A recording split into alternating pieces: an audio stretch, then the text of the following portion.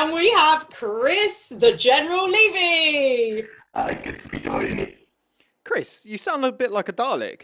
Exterminate them all!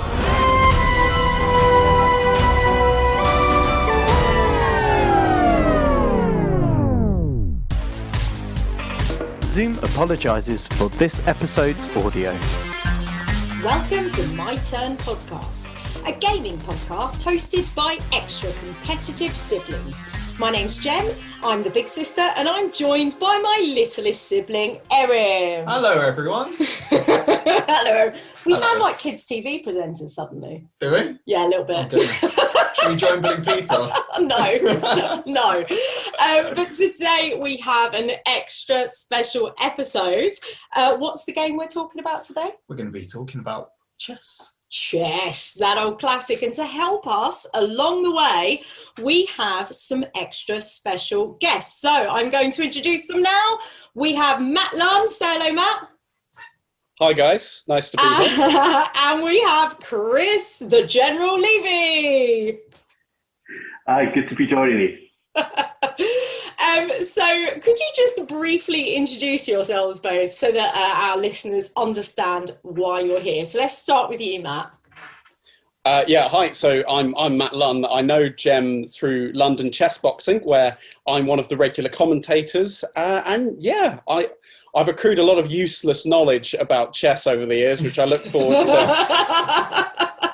to spewing forth over the next hour or so. And you are a bit of a chess master yourself, aren't you, Matt? I mean, Master is very generous. I mean, one of the lovely things about the Queen's Gambit is I can compare my rating to one of the players that Beth has been. It's I'm a bit worse than Harry Beltic was when he was a child, that sort of thing. And people are oddly impressed by that, so I feel validated. Amazing! And thank you for dropping that in, because we are going to be talking about the game of chess and also the Queen's Gambit. We'll get to that in a bit. So, Chris, for yourself, could you just introduce yourself in a nutshell? Sure. So I'm the other half of the commentary duo that Matt mentioned. So also joining him on the chess boxing. I'm a little bit less strong as a chess player, very average club level player. Moved away from the game for a few years, came back because of the chess boxing. Used to fight myself, but I've retired from that and concentrating a lot more on the chess now. So, yeah, looking forward to deconstructing a bit of Queen's Gambit, talking a bit about chess in general. Definitely having a bit of a moment. So yeah. Definitely is. And we will also, you've both mentioned chess boxing. If listeners, you don't know what that is yet, we will get into it. So don't worry. So Erin, do you want to start us off with our first question for our guests? Yeah, so let's just go over the very basics. Can you describe what chess is to us? What is chess? I'll field this one, gang. So yeah, chess is a turn-based board game fielded between two players, one with the white pieces, one with the black pieces. Both sides have identical sets of pieces, with white going first. Each piece has unique abilities, can move and capture in particular ways. And the aim of the game is to put the opposition's king in a position where it can't avoid being captured, at which point you say checkmate, which I believe derives from the Farsi for the king is dead, shakmat. But I mean, the game is much more strategic than that, because normally your opponent won't just let you attack their king. You have to try to gain space in the board, try to win some of your opponent's pieces so that further down the line you can launch an attack that they just won't be able to defend. It's widely regarded as a game that's easy to learn, but as Chris and I will attest, impossible to master. Yeah, very nice. What a lovely nutshell. Thank you very much, Matt. Very well explained. I have been fielding a lot of questions about chess over the last few months, so what came across as quite polished there was a lot of rough around the edges with my friends. Amazing. And why have you been fielding a lot of questions over the last few months? Well, I mean, as Chris mentioned, the Queen's Gambit has enabled chess to have a little bit of a moment. I think it's one of those games that people have certain preconceptions of. Chess players are asocial animals who sit in a dark room for hours on end just shuffling pieces around a board, and obviously that's 90% true. But with people like Beth Harmon appearing on our screen, it can demonstrates the ways in which chess can kind of buck that trend, in which the game itself can be both more involving, more naturally relevant to other aspects of our life than perhaps people gave it credit for. And I think that has sparked a natural curiosity. The other thing I would mention is that during lockdown, a lot of people have been able to play chess online, and it's been a great resource to kind of keep one's minds engaged and to learn a new skill kind of quite easily. Yeah, that's a really good point to mention, actually, because a lot of our podcasts over the last year has focused on either games we can play online or the importance of games for mental health during this really, really weird time. So it's good to know that there's a thriving chess community playing online as well. And how old were you when you started playing chess, Matt? I was 5, and I played in a lot of junior tournaments when I was young. So I guess something akin to sort of Beth's early experiences, albeit much less competent, obviously. I made a lot of very close friends during my time on the chess circuit in my childhood. Yes. I love that, just using the standard chess vernacular, just met by riotous laughter. Oh, you guys, yeah. I mean, I used to play as a child. I was part of the chess club. Yeah, I used to do we did local tournaments in the local library, like in the main library in our borough. So I used to play quite a bit as a kid. You didn't? You were too young. No. Plus, I didn't have the patience for it. I mean, it's a bit different now, but you know what I was like as a kid. Very ADHD. Yeah, very hyper. I wouldn't sit down for more than 1 minute, pretty much. But I'd be intrigued. So, how did you guys get introduced to it, though? So, I mean, for me, it's just my dad played. Yeah. It was one of his main hobbies, and he taught me one day, and I really, really enjoyed it. And then I started playing tournaments, met lots of great people, played in kind of team competitions as well. So it became just a key thing that I would do on weekends, and actually quality time I spent with him as well. And that just sort of took me all the way through school. I kind of lost interest a little bit towards the tail end of school, but then met a new group of people around university time, started playing more tournaments abroad, started playing for different clubs, for instance, at the universities I went to. So what got me into it was the kind of the intrigue around the game itself, which was sparked by my dad, but then the reason it's stayed with me for this long is the people that I've managed to meet through it. Yeah, lovely. And what about you, Chris? How old were you when you started playing chess? Yeah, it's a really similar route to Matt, actually. So I was maybe a little bit older, 8 or 9, when my dad taught me. And then after a couple of times playing him, he got a bit tired of losing, so passed me on to his dad, my grandfather, who taught him. And then when he'd had enough as well, they found a local chess club, went along, kind of really started devouring the game. Then you go from that into played into tournaments, and quite similar to Matt, actually, I then lost a lot of interest, perhaps sort of towards later teenage years, came back to a slightly different route through the chessboxing. But I'm really interested, Gemma, I know you're meant to be asking us the questions, but you didn't even know that you'd kind of got into it when you were younger as well. Yeah, so I'm really interested in hearing, what was your experience? How did you get into it? Then what made you maybe go away from it before coming back?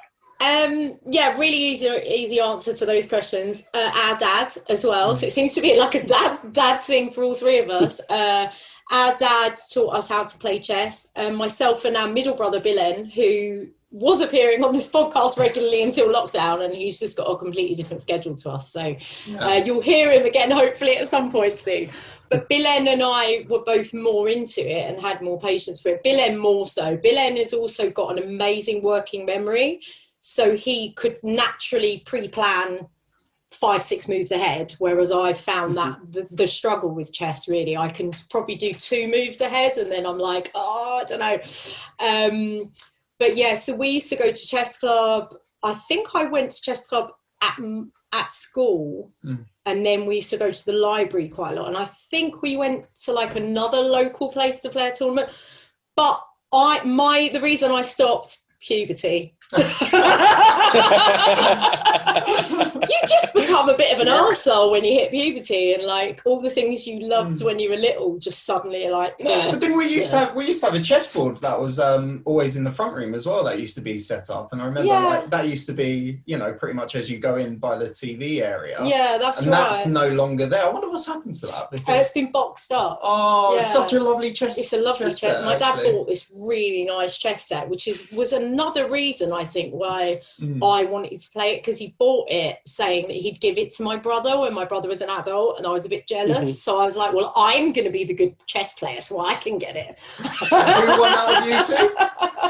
Oh, he always beat me. But as I said, he's kind of like Willem's kind of got a weirdly genius working memory. He can just see stuff ahead of it happening way more than the average human.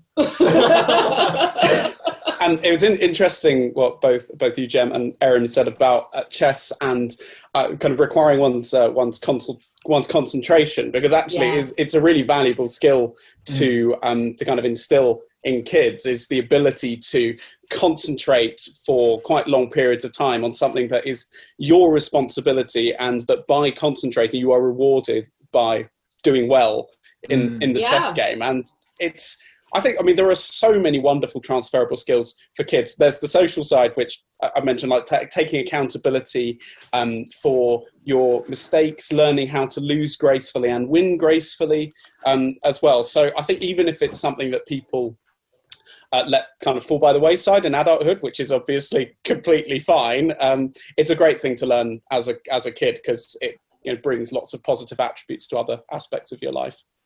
Yeah, for sure. So I'm just going to quickly bring in the Queen's Gambit, because the reason we're having this conversation is because this series has, as you've already mentioned, reawakened the nations, or in fact, I think a lot of Western nations that have seen the series. It's an American series, so it's kind of reawakened this love and passion for chess. Erim and I both binged it. Yeah, completely. As soon as we finished it as well, I downloaded a chess game. I want to be the Queen's Gambit. Yeah, and I'm sure that you've seen articles and headlines saying that chessboards were in high demand. Certain places ran out of chessboards in November, also with the run-up to Christmas. And I just wanted to ask you what your thoughts were. I think, Matt, you've watched the whole thing. Chris, you're 3 episodes in. So maybe let's start with Chris. Like, what are your impressions of the show, and why do you think it's had this, I guess, kind of sexiness that it's added to the game of chess? So I was one of the few times I've heard it described in such terms, but yeah, I was kind of resisting it, because I thought the chess would be like not very well treated.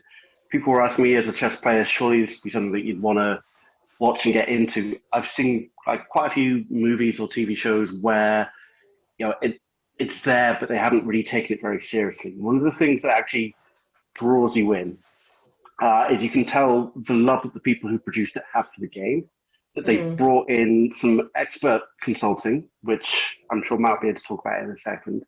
Also, how seriously the actors have taken it. So I've just through an episode where they play, it's one of the early ones, the first tournament that Beth enters, where she's reading out 15 moves of an opening based on modern chess openings, which is like this book she discovers that contains all the different theory and stuff. She's clearly, the actress made an effort to memorize it all. But more than that, I was reading an article, it's about the way that she handles the pieces. So there's something almost tactile and quite balletic about watching somebody who's really experienced and how they know kind of how to execute a move with quite a sort of minimum of of effort. So she looks like she knows what she's doing. So that's, from a pure chess geek's perspective, one of the things I love about it. But why it's drawing people in, I think it's partly about how she is an outsider in that world and how she loves sort of confounding the expectations. So it's really interesting, and I think reflects all the problems that we still have today, that people react quite poorly to her as a young girl wanting to play chess. It's not something that women are seen socially as something for them. There's sort of an analogy with how they're not expected to get into maths or science or engineering or something like that. So the fact that she just kind of sets out to confound those expectations, I think, is one of the reasons why it resonates. And it's also just beautifully shot as well. The design, the way it captures 60s, 70s, and the kind of the feeling of a chess tournament as well. We really need to hear Matt's view on that, but I think it really kind of gets the tension that you can get at quite a high level chess tournament too. Yeah, and talking about the style, I mean, that's why I mentioned sexy, because it's shot in such a way that the action of chess is kind of, I mean, it's gorgeous to watch. And did you have any thoughts about, she does this thing where she projects her move pattern on the ceiling, like her way of visualizing it, which I thought was cinematic and a really nice effect. But I wonder, like, if either of you, when you play chess, go into that sort of zone that you can relate to that. I know it's a very cinematic representation, but if you can relate to that kind of representation of a mental state. Yeah, absolutely.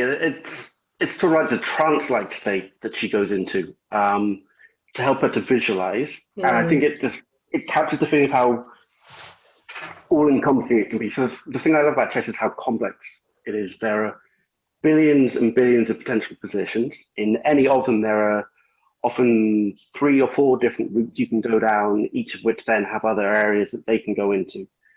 It's being able to make sense out of that complexity. And I think she says it in one of the early episodes where she's being interviewed for Life magazine, is really a very satisfying thing. And it is almost trance-like when you have a very complex position that you have to kind of go into in your head and to be able to visualize and assess. I don't know, how do you find it, Matt?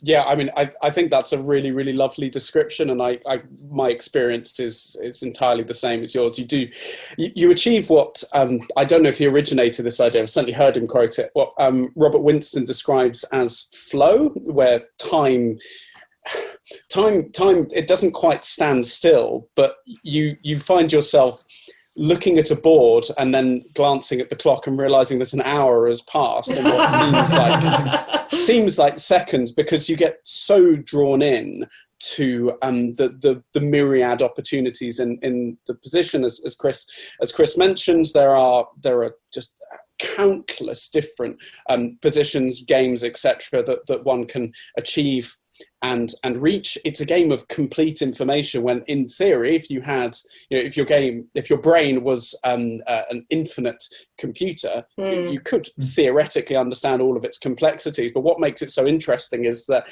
you're presented with all the information and then essentially just asked to make sense of it, compared to something like Texas Hold'em, where certain cards are always unseen. So I think the Queen's Gambit does a beautiful job of exemplifying the kind of the pure concentration required and turning that into something beautiful. As for the visualization on the ceiling, it's a piece of imagery that has been assessed, critiqued a reasonable amount. I would certainly not claim to be able to do anything like that myself at my level. However, there's a Ukrainian grandmaster, Vasily Ivanchuk, who is well known for looking up in the air when in the middle of a game, and it's kind of widely assumed that he is visualizing the board in his head, if not on the ceiling. And I think, I guess, in terms of the imagery, what I think is beautiful about it is that you don't get endless small conversations between people saying, now she's well on her way to a win, or that knight move had to be played in order for her to avoid checkmate. It's just you see it in her expressions, the kind of the micro movements, the twitches of the hands, the sort of the long stares. It's just absolutely fantastic, and in that respect, very, very true to the real life tournament experience, and it captures that in a way that no other series or film about chess has so far, which is, I think, very special for the chess community. Amazing. I think the competitive nature of it as well, I think. So when you're talking about the expressions there, Matt, you can see sort of in her face, and more often that of the opponent who she's walking all over, but you can kind of see how it's going competitively and how much personal pride people have bound up in it. So the way that people are reacting to this girl who is not just confining their expectations of her, but also forcing them to reevaluate how good they think they are. There is nothing more brutal than losing at chess, because there's no way you can run away from it. As Matt says, it's a game of complete information. If you lose, it's because your opponent saw better than you, whether that's in a particular moment where you make a blunder, or whether that's overall strategically. And so I'm just going to cut in, Matt, because we need to go to a quick break so we can reset the Zoom. If we had a sponsor, see where it is. Men are going to come along and want to teach you things. Doesn't make them any smarter. You just let them blow by, and you go on ahead and do just what and how you feel like. Someday you're going to be all alone, so you need to figure out how to take care of yourself. So we're back. Where Matt was saying it. Okay, so yeah, one of the things from watching the Queen's Gambit that I really enjoyed was how they almost like portrayed the character's romance with actually playing chess, and how there's so much to kind of like learn. Like on the surface, it's a very simple set of rules that you have to follow, but there's so much depth, like the amount of books that they look into, the strategies of play, the way different players play. And I just like absolutely love that. And is that something that you found really intriguing as well? The more you got into it, the more you realize there's endless amounts to learn and develop on yourself. Yeah, I think that's absolutely captured beautifully in the Queen's Gambit, and I think it is one of the reasons why chess is such a compelling game. Is you can kind of keep learning and never truly tap into the game's potential. And it is one of the things that is so beautiful about it. The more you understand the game, the more you appreciate its aesthetics in a way that a musician might identify subtleties in a wonderfully composed aria, for instance, or an actor might see these kind of incredible subtleties in a colleague's performance. But then what's interesting about chess is that those aesthetics are kind of intangible to those who don't play the game. So you have to invest a huge amount of effort to actually achieve those aesthetic realizations. And there's a wonderful quote by a chess player called Hans Ree, who said that chess is a game beautiful enough to waste your life over. And whilst that sounds kind of flippant on the one hand, I think it beautifully exemplifies just how the game can touch a chess player and really, as you kind of alluded to, Erim, help you achieve that sort of the gratification of obsessing over something and learning more and more about it and achieving a kind of aesthetic realization related to the game. I now understand this. I can see these patterns. I've learnt this new idea, and it's so compelling for that reason. And I think circling around to the Queen's Gambit, it's something that having such wonderful cinematography, such great acting, and real kind of conscientious chess consultancy in it has just made it a sheer beauty to behold, especially for us chess players. And I think, if it's all right, I'll just I'll add to what Matt said. So although it's clearly like a very, very objective game, as we were saying earlier, it's either you win or you don't, you play the right moves or not. What people can find beautiful in it can be very, very subjective. So you can get some games that some players would find very beautiful because it's all about like spectacular combinations, seeing unusual moves, one sacrifice after another, that kind of thing. Some people can like. Other people would like something that is kind of like very quiet positional play that follows a thread from the very beginning to the end, and the beauty is less about the spectacular, but about how somebody has understood that position and seen it through. So a bit like sort of most forms of art, you can find different people will be drawn to different styles of play and find different things beautiful about it. And I think that also comes through a little bit as well in the series.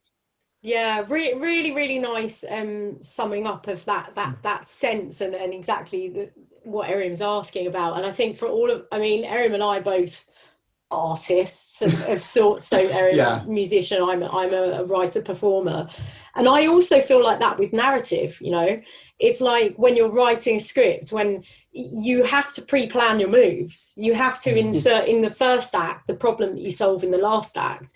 And there's something about watching the Queen's Gambit and like I hadn't played chess for years before I saw that, but reliving that satisfaction of watching your play actually realized a few moves later is really similar for me as a writer to solving the problem in my script. It's a really nice thing. I think you know, there's a lot to be said for creativity in games, and we've talked about this a lot, especially with things like strategy. Yeah. Sorry, do you want to come in there, Matt? No, I'm sorry I interrupted. So one of we both, Chris and I, have spoken about the great chess consultants that were on board with Queen's Gambit.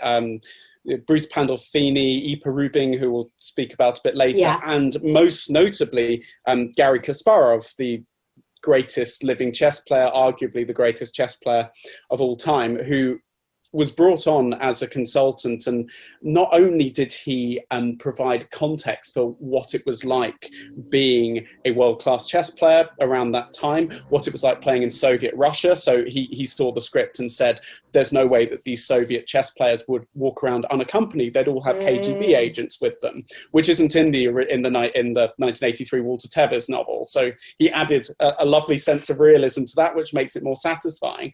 But he also took beautiful existing games and actually added an extra element to them in order that chess players would find them narratively satisfying. And I think like Jem, your point about, you know, as a writer you want to, I guess I suppose it's Chekhov's gun to a degree, isn't it? Something that appears in the first act needs to be resolved by the fifth act. And I know there's a game that Beth plays in the final episode, which I won't spoil for Chris, where she sacrifices a pawn and then plays a kind of strange looking backwards king move, which basically enables the combination that follows a few moves later that ultimately leads to her checkmating her illustrious opponent. And as a chess player, you can look at that and find that really, really beautiful, in the same way that an illusion in a script suddenly coming to the fore later in the narrative would be beautiful for other artists. Yeah, really. And that is what a gambit is, right? When you sacrifice a pawn early on. Is that right? I know there's many gambits, many types of gambits, but... So the Queen's Gambit, the title of the show, is named after an opening where I apologise for my dog. One Sorry, very used to it. Yeah, I was going to say, it's definitely not the first time I've spoken about chess and been shouted at by someone.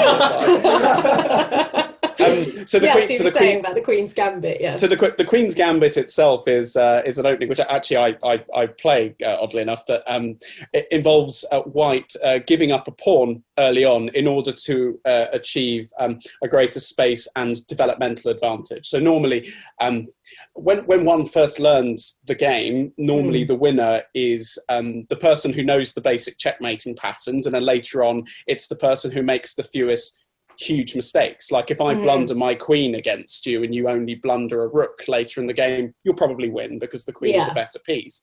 And as you get better and better, the strategies become more complex. There's a game that Beth plays against Benny Watson later in the series. This great American grandmaster who's a rival of hers. And the game doesn't go as planned because she aims for a particular pawn structure where she has a worse pawn structure and he has the bishop pair. Yes, sorry. I love how you're trying to remember it. She gives up. I think she gives up the bishop pair in order to wreck his pawns. No, other way around. I'm going to revert again. Basically, so just so we don't spend the whole time talking about this, there's a trade-off where one side gives up the bishop pair in order to cripple the opponent's pawn structure, and they don't assess the trade-off correctly, and therefore it leads to them being in a strategically bad position later in the game. And it's those kinds of subtleties that characterize top-level chess, and that's what wins are built on. And something like the Queen's Gambit, it's the kind of opening that a club player can play very well and end up getting good results because it's not super challenging, but involves a little bit of strategic know-how. Fab. So let's move on and get into talking about IPA. Because the three of us, me, Matt and Chris, all know each other because of a sport. It is a sport called chessboxing. And the series that we're talking about, the Queen's Gambit, was actually dedicated to IPA Ribbon, whom many people don't know who that is. So I wonder if Chris could talk to us a little bit about him, because you've met a really, really long time ago. Why was he important? And, and then maybe lead us into chessboxing. Why not? Sure. So Erim I met about 7 or 8 years ago now in London, and he was the guy who founded chessboxing. It actually appeared before he put it on. It appeared in a comic strip. So there was a French artist, I think his name is Enki Bilal, who, if people are into graphic novels, he's apparently really huge within that scene. And there's one book that he'd drawn where in the storyline there's this futuristic game that combines chess and boxing together. And Ipa is a performance artist. I think he's Dutch, but based in Berlin at the time. Yeah. And he'd seen this graphic novel and wanted to put it on, take the chessboxing concept and put it on as a piece of performance art. So he sat down and he'd thought about the rules and found somebody, I think it was a lawyer, to come and join him for this sort of exhibition bout. And the way that he devised it was that they sit down, they play chess for 4 or 5 minutes, sort of timed by a chess clock to make sure that you move quick. A bit like in Queen's Gambit, you can see they have the clock to make sure that they're moving and not spending all their time thinking. Then the board comes out, the chair, the table, everything. And the two participants then put gloves on and have a regular round of boxing for 2 minutes. And then gloves come off, the board comes back in, and they basically resume from where they left off at the end of the first round of chess. And this continues until someone wins one way or the other. So you can be getting beat up on the boxing, but if you checkmate your opponent, then you've won the whole thing. Vice versa, you could be in all kinds of trouble on the board, but if you manage to stop your opponent on boxing, then you've won that way. And Ipa put this on, as I say, as a piece of performance art, invited friends, critics, and they actually said to him, we quite like watching this as a spectacle. You should try and codify it and make it a proper sport. So it gradually grew in Berlin, which perfect place for it, very alternative scene, there's a good underground vibe to it. Then it sort of spread. I was going to say the word viral, that's probably not. Don't use that word in a positive sense anymore. but there was an English guy by the name of Tim Walker who saw it while he was in Berlin, was fascinated by it, set up a club here in the UK. And it's then gradually spread. You've got clubs in Finland that's quite big, Italy, the US. So really from this one idea that this guy Ipa had, it's now moved around different cities globally. And the really fascinating thing is that it takes on such a different nature depending on the personalities of who is involved in organising it. So, Yeah, right. Jen, you'll be able to talk about how it is here, but there's kind of a slightly British sense of humour about it. Definitely. Yeah, been on that quickly, and then maybe you can tell me about some of the other. So, chess boxing here in the UK. I am the MC for London Chessboxing, and Matt and Chris, as I explained, are the chessboxing commentators. I was just brought in because I'm an actor and a presenter, and one of my friends is the organizer, and they needed an MC to cover the usual one who I think was out, but I think I just nicked his job after that, didn't I? They just kept asking me back. But it's what I love about it, and I've only experienced it in the UK, is this beautiful hybrid between sport and nerdiness. And I totally agree with you about the British sense of humour being a factor. The chess boxers themselves seem to do better with the crowd when they don't take themselves too seriously. Yeah. Even to the point that their intros, and I've had a hand in shaping some of this as well, but their intros are very sort of self-deprecating, very silly. So the way they introduce themselves when they come out into the ring, it's all, they become characters and caricatures almost. They're not very, they don't seem to take themselves too seriously as boxers, which I think plays really well to the crowd because it's a live event, and obviously something we've really missed during this period. But yeah, that kind of nerdiness, the silliness, the playing up to the crowd in the ring is a really part of the joy of it. But what is really interesting as a counter to that, and something that I've really found fascinating, is how serious and into the chess everyone is when the chess rounds start. And I absolutely was blown away by the fact that everyone chants chess, chess, chess when the chess is picked up. There's like 500 people chanting chess, chess, chess, chess. And I love that now. Like, that's my favourite bit, really. Yeah, definitely. I mean, you've got the board up there. It's like a huge electronic screen that's projecting the position. And even when people are kind of chanting chess, chess, chess, there's a little bit of a joke. Yeah. You can see that when it's the chess round, and people are totally gripped by it. So you can Absolutely. see that if they're not yelling out, they're kind of falling into silence, trying to work out what's going on. So there is this high camp element, yet at the same time, it does kind of suck you in a little bit. It's such an interesting dynamic. It really is. And I love that because what happens, obviously you're boxing and then you're playing chess. So a couple of hits to the head, and then, players are just the fighters are not seeing obvious moves a lot of the time. And even if you're a rudimentary chess player, not very good, you can spot a really obvious miss when they've just missed something. Mm-hmm. And I love that audible gasp in the crowd, or the kind of, ooh, because they're just a howler. They've just like left their queen wide open. I love that. You mentioned the sorry, Chris. No, you go.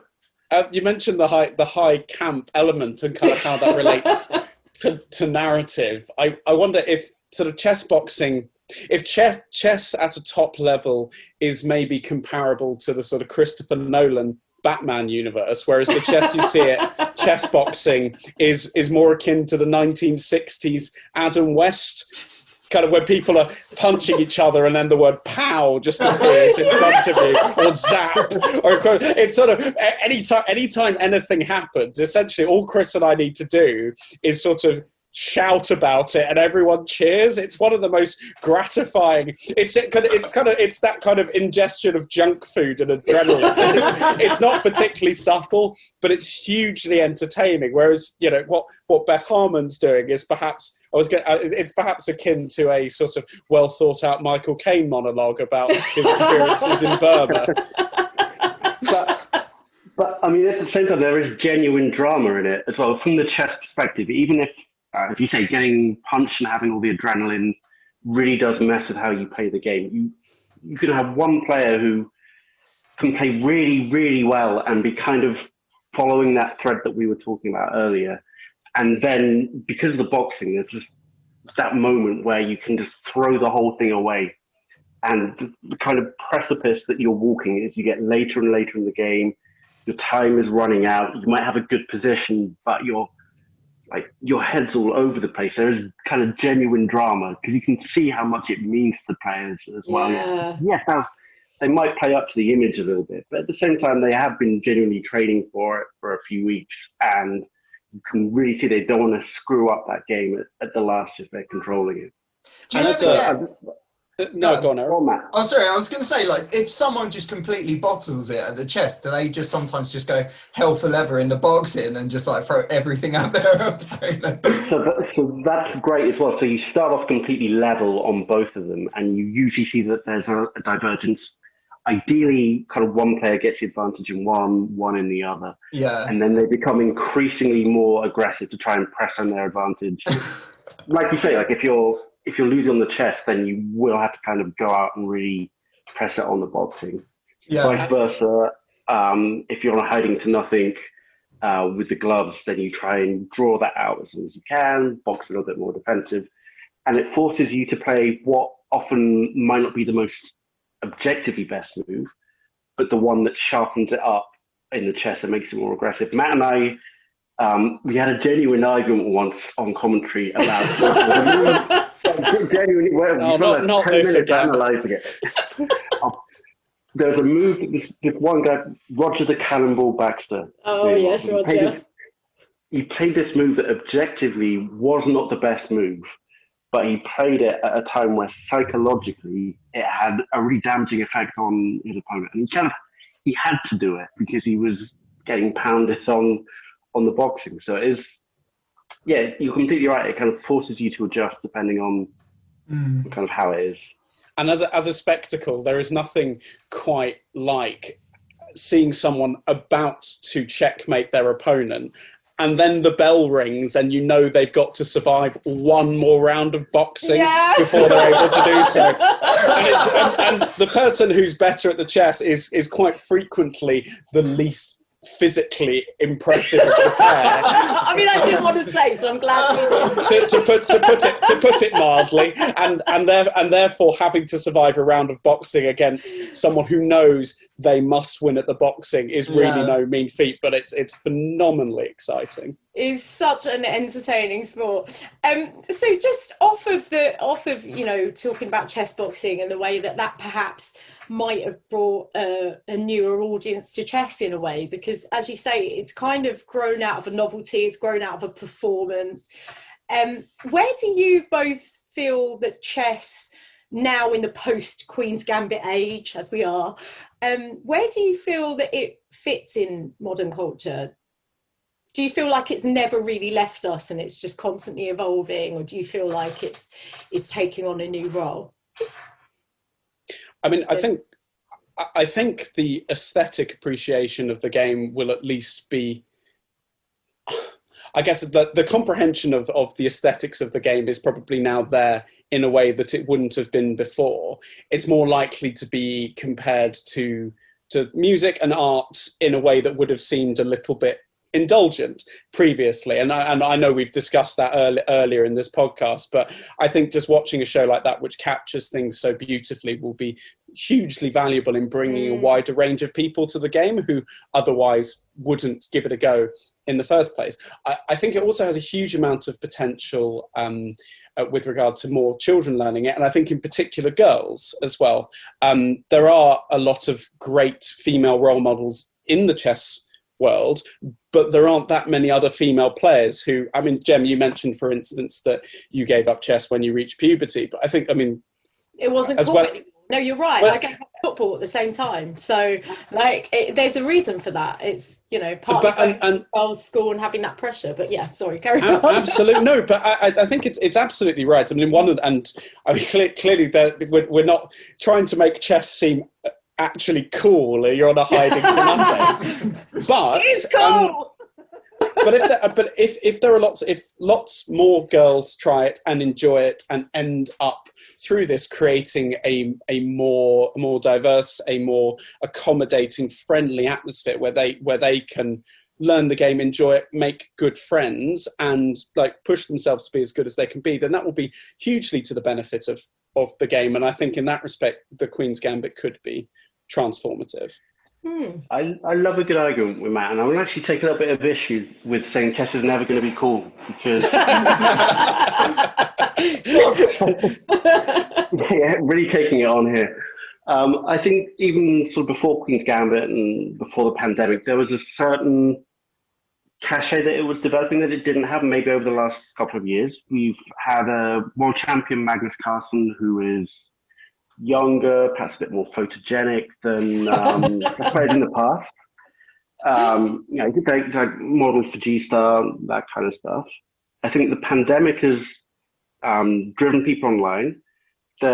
You mentioned about chessboards being bought. There's a record number of people, I think, are now on.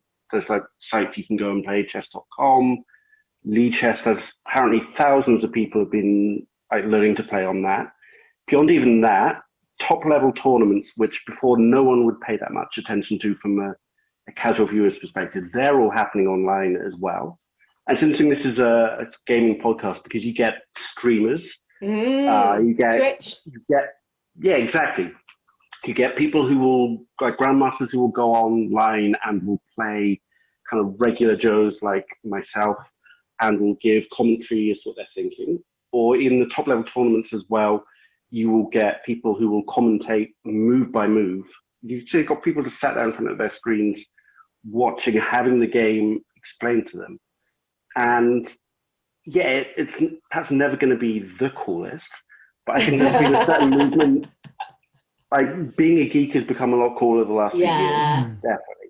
And I think Chris's point about Magnus Carlsen is absolutely spot on. I mean, having someone like him at the top of the game, someone with a bit of an air about them, that does add that cachet, which I think is wonderful.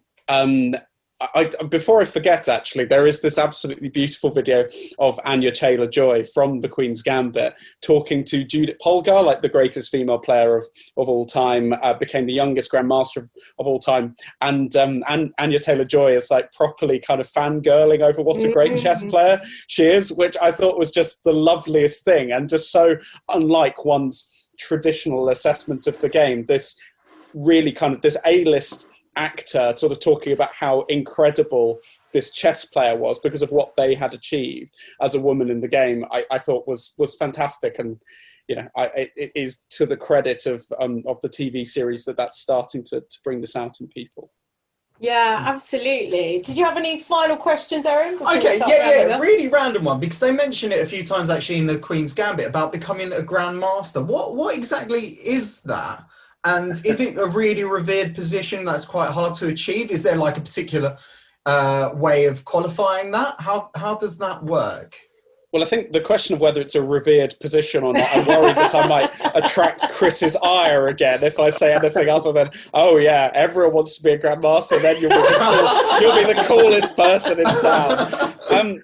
I mean, it is incredibly difficult to achieve the grandmaster title. Both Chris and I are a long way off it, and I think as adults don't have a particularly realistic route to it.